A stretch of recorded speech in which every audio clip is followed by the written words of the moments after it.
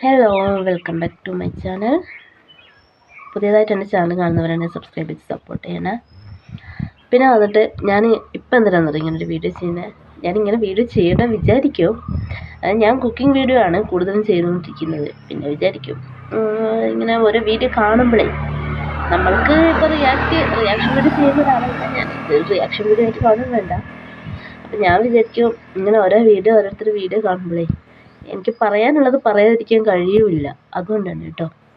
ഞാനേ സിലുവിൻ്റെ നമ്മളെ സിലൂട്ടാൾക്ക് അധികം ആൾക്കാർക്കും അറിയുന്നൊരു ചാനലാണല്ലോ. അറിയാം, സിലു സൽഹാനെ കുറിച്ചിട്ട് എല്ലാവർക്കും അറിയാം. അപ്പോൾ വന്നിട്ട് നമ്മളിപ്പോൾ ഡിവോഴ്സിൻ്റെ ഒരു വാർത്ത കേട്ടിരുന്നല്ലോ. പുറത്തു കൂടെ വണ്ടി പോവാണ്. അപ്പോൾ വേറൊരു സൗകര്യമില്ല ഇവിടുന്ന് വീഡിയോ ചെയ്യുന്നത്. അതുകൊണ്ടാണ് ഇപ്പോൾ ഇവിടെ ഇരുന്ന് ചെയ്യുന്നത്. വെളിച്ചക്കുറവ് വേറെ ഉണ്ട് കേട്ടോ. അപ്പോൾ വന്നിട്ട് നമ്മൾ സിലുവിൻ്റെ വീഡിയോ എല്ലാവരും കൂടുതൽ ആളുകൾ അറിയാമല്ലോ, കുറേ സബ്സ്ക്രൈബറിലുള്ള ആൾക്കാരാണല്ലോ അവർ. റവന്യൂ വാങ്ങിക്കൊണ്ടിരിക്കുന്ന ആൾക്കാരാണ്. എല്ലാവർക്കും അറിയുന്ന കാര്യമാണ്. അപ്പോൾ വന്നിട്ട് ഞാൻ ഇന്നലെ ഗഫൂർ ഖാൻ്റെ ചാനൽ ഞാൻ നോക്കലുണ്ട് കേട്ടോ. അതായത് അവരുടെ ഹസ്ബൻഡിൻ്റെ ചാനൽ ഞാൻ നോക്കലുണ്ട് കേട്ടോ. അപ്പോൾ ഈ ഗഫൂർ ഖാനെ നമ്മൾക്ക് ആർക്കും വലിയൊരു പരിചയം, അവർ ഒരുമിച്ച് താമസിക്കുന്ന സമയത്ത് നമ്മൾക്ക് ആർക്കും വലിയൊരു പരിചയം ഗഫൂർ ഖാൻ ഇല്ലായിരുന്നു. എന്താ വെച്ചാൽ സിലുവിൻ്റെ ചാനലിലൂടെ കൂടുതലും ഗഫൂർ ഖാൻ ഇങ്ങനെ ഒരു നോട്ടം പോലെ നമ്മൾ കാണുമെങ്കിലും അദ്ദേഹം സംസാരിക്കുന്നത് നമ്മൾ അധികം കണ്ടിട്ടില്ല. ചാനലിൽ അങ്ങനെ ഇരുന്ന് സംസാരിക്കുന്ന നമ്മൾ ഒരു ചാനൽ അവരെ വീഡിയോസിൽ നമ്മൾ കാണൽ കുറവാണ്. ഞാൻ കണ്ടിട്ടില്ല. ഇനി ഇൻ്റർവ്യൂവിലെല്ലാം ഇങ്ങനെ സംസാരിക്കുന്നുണ്ട്, അല്ലാതെ ചാനലിൽ ഇരുന്ന് സംസാരിക്കുന്നതായിട്ട് കണ്ടിട്ടില്ല. കുട്ടികളും സിലുവാണ് നമ്മൾ കാണൽ. അപ്പോൾ എനിക്ക് അവരിഷ്ടമാണ് കേട്ടോ.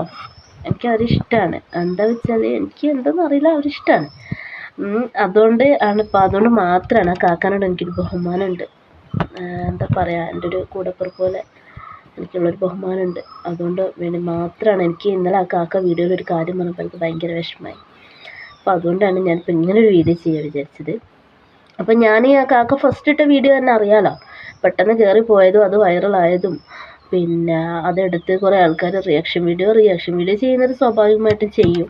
അതിപ്പോൾ എന്തായാലും അവർ റിയാക്ഷൻ വീഡിയോ ചെയ്യുന്നവരാണല്ലോ. ഒരു പണിക്ക് പോകുന്നവരെന്തായാലും ഇപ്പോൾ ആ പണിക്ക് നമ്മളിപ്പോൾ കൂലിപ്പണിക്ക് വന്നാൽ കൂലിപ്പണിക്ക് പോകില്ല നമ്മൾ. അതുപോലെ അവർ റിയാക്ഷൻ വീഡിയോ ചെയ്യുന്നവരാണല്ലോ. അതുകൊണ്ട് ഇപ്പോൾ അവരത് ചെയ്യുന്നത് ആർക്കൊന്നും പറയാനൊന്നും പറ്റില്ല. അപ്പോൾ ഗഫൂർക്ക് ഇന്നലെ പറയുന്നുണ്ടായി, ഇന്നലെ ഒരു വീഡിയോ ഞാൻ കണ്ടു കേട്ടോ അദ്ദേഹത്തിൻ്റെ. പക്ഷെ അത് ഇന്നലെ ഇട്ട വീഡിയോ അല്ല, അതായത് മൂന്നാമത് പോസ്റ്റ് ചെയ്തിരിക്കുന്ന വീഡിയോ ആണ് കേട്ടോ. അപ്പോൾ അതിൽ ഒരേ ബിസിനസ്സിൻ്റെ ആവശ്യത്തിന് വേണ്ടി മാത്രം ആ ചാനലിലോട്ട് ബിസിനസ്സിൻ്റെ ആണ് കാണിക്കുന്നത്. ഊഞ്ഞാലിൻ്റെ തന്നെയാണ് കണ്ടത് ഞാൻ. അപ്പോൾ വന്നിട്ട് അതിൽ പറയുന്നുണ്ട് കുറേ ആൾക്കാർ അതിൻ്റെ കമൻറ്റ് മുഴുവനും ഞാൻ വായിക്കലുണ്ട് കേട്ടോ. എൻ്റെ തമ്പനയിൽ ശ്രദ്ധിച്ചതിൽ കുറച്ച് കമൻറ്റ് മാത്രം ഞാൻ അതിൽ നിന്ന് എടുത്തിട്ടിട്ടതാണ്. എന്താണെന്ന് വെച്ചാൽ എനിക്ക് അതിൽ കുറേ കമൻറ്റ് നല്ല നല്ല കമൻറ്റ് കണ്ടപ്പോൾ എനിക്കത് എടുക്കണമെന്ന് തോന്നി. അങ്ങനെ ഞാൻ എടുത്തതാണ് കേട്ടോ. അപ്പോൾ വന്നിട്ട് അദ്ദേഹം അതിൽ ആ വീഡിയോയിൽ ലാസ്റ്റായിട്ട് അദ്ദേഹം പറയുന്നുണ്ട്, എന്താ വെച്ചാൽ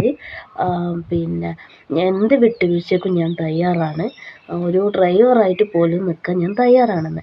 പക്ഷേ എനിക്കത് കേട്ടപ്പോൾ ആ ഒരു വാക്ക് കേട്ടോ, അദ്ദേഹത്തിന് 3 വീഡിയോ ഞാൻ കണ്ടു ഫുള്ളായിട്ട്. ഞാൻ ഒരാളെ വീഡിയോ അങ്ങനെ ഫുള്ളായിട്ട് ഇരുന്ന് കാണുന്ന ഒരാളല്ല എന്നല്ല, കാണലുണ്ട്. പക്ഷെ അങ്ങനെ ഇരുന്ന് കാണുന്നൊരു വ്യക്തിയല്ല ഞാൻ. അപ്പോൾ വന്നിട്ട് ഒരു സിനിമ പോലും അങ്ങനെ ഇരുന്ന് കാണുന്നൊരു ആളല്ല ഞാൻ. അപ്പോൾ ഞാൻ എന്താക്കി, ആ വീഡിയോ ഫുള്ള് കണ്ടു കേട്ടോ. ലാസ്റ്റ് മൂന്നാമതിട്ട വീഡിയോ ആണ്. അപ്പോൾ അതിൽ ചാനൽ അടയാണ്. അപ്പോൾ അതിൽ ഞാൻ കേട്ടത് അദ്ദേഹം പറയുന്നുണ്ട്, ഒരു ഡ്രൈവറായിട്ട് പോലും നിൽക്കാൻ ഞാൻ തയ്യാറാണ്, എന്ത് വിട്ടുവീഴ്ചയ്ക്കും ഞാൻ തയ്യാറാണെന്ന്. പക്ഷേ എനിക്കത് കേട്ടപ്പോൾ ഭയങ്കര വിഷമമായിപ്പോയി. കാരണം ഒന്ന് ചിന്തിച്ചാൽ മതി, നമ്മളത് കേൾക്കുമ്പോൾ നമ്മളൊന്ന് ചിന്തിച്ചാൽ മതി. എന്താ വെച്ചാൽ നമ്മളിപ്പോൾ നമ്മൾ എവിടെയെങ്കിലും, എനിക്കിപ്പോൾ നമ്മളിപ്പോൾ എവിടെയെങ്കിലും വിട്ടു പോയി കഴിഞ്ഞാൽ, ഇപ്പോൾ ഇതേപോലെ വേർതിരിഞ്ഞ് നിൽക്കുകയാണെങ്കിൽ അങ്ങനെ പറയുമ്പോൾ നമുക്ക് എത്ര വിഷമമുണ്ടാവും. അപ്പോൾ എനിക്ക് ഭയങ്കര വിഷമമായിപ്പോയി ആ മനുഷ്യൻ അങ്ങനെ പറഞ്ഞപ്പോൾ. ഒരിക്കലും ഡ്രൈവറായി നിൽക്കേണ്ട ഒരു മനുഷ്യനല്ലല്ലോ. അപ്പോൾ നമ്മൾക്കറിയില്ല ദാമ്പത്യ ജീവിതത്തിൽ ഇപ്പോൾ അവിടെ പ്രശ്നമില്ലാത്ത വീടൊന്നും ഇല്ല. എല്ലാവരുടെ വീട്ടിലും പ്രശ്നങ്ങളുണ്ടാകും. പലരും പറയില്ല, പലരും പുറത്ത് പറയും, പലരും പറയില്ല. പ്രശ്നമില്ലാത്ത ആരുമില്ല. പിന്നെ വിട്ടുവീഴ്ച അത് നിർബന്ധമാണ്. കാരണം ഒരു പെണ്ണ് വിവാഹം കഴിഞ്ഞ് ഭർത്താവിൻ്റെ വീട്ടിലേക്ക് പോകുമ്പോൾ ഈ 18 കൂടെ ഒരു 20 വയസ്സിൽ വിവാഹം കഴിഞ്ഞത് കൂട്ടിക്കോ. ഈ 20 വർഷം വരെ അവൾ ജീവിച്ച ആ രീതി അവിടെ അങ്ങോട്ട് ഉപേക്ഷിച്ച് പുതിയൊരു രീതിയിലേക്കാണ് പോകുന്നത്. എന്നാൽ ഭർത്താവിനോ ഒരാണിന് ഒന്നും ഉപേക്ഷിക്കേണ്ടി വരുന്നില്ല. അവൻ ചില ആളുകൾ ഒരു വിട്ടുവീഴ്ചയും ചെയ്യില്ല. അവരെന്താണോ അതുപോലെ തന്നെയായിരിക്കും പിന്നീട് വിവാഹശേഷവും അവർ.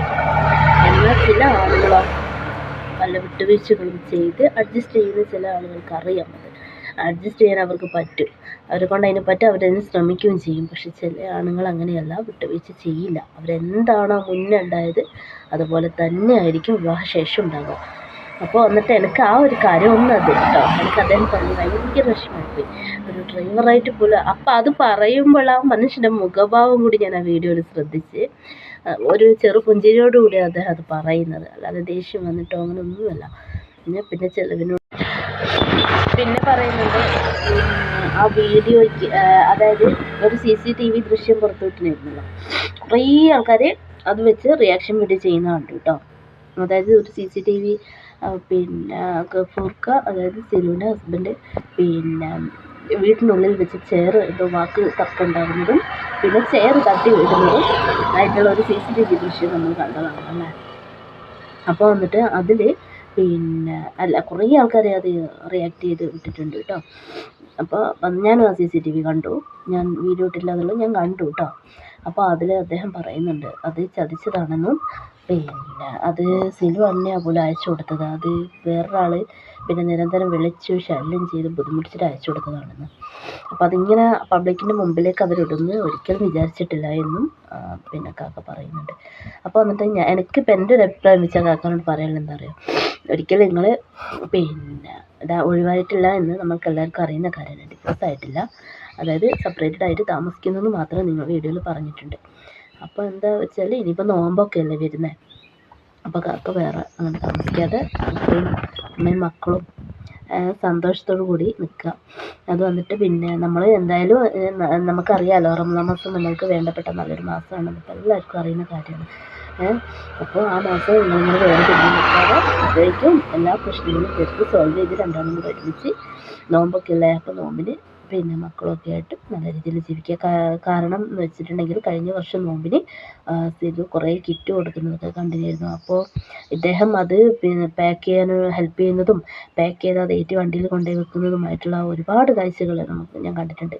യൂട്യൂബിലൂടെയും കണ്ടു, ഇൻസ്റ്റയിലൂടെയും ഞാൻ കണ്ടിട്ടുണ്ടായി. അപ്പോൾ ഇൻസ്റ്റയിലൂടെ ഞാൻ അതിലൊരു കമൻറ്റിലൂടെ അതിന് റിപ്ലൈ തരുകയൊക്കെ ചെയ്തിട്ടുണ്ടായി കേട്ടോ. അവർ നമുക്കതൊന്നും പിന്നെ കണ്ടില്ലെന്നൊരു റിപ്ലൈ ആണെങ്കിലും പണവും സ്വത്തും ഒന്നുമല്ല, അതിന് റിപ്ലൈ തന്നെങ്കിലും അതിലൊരുപാട് സന്തോഷമുണ്ട്.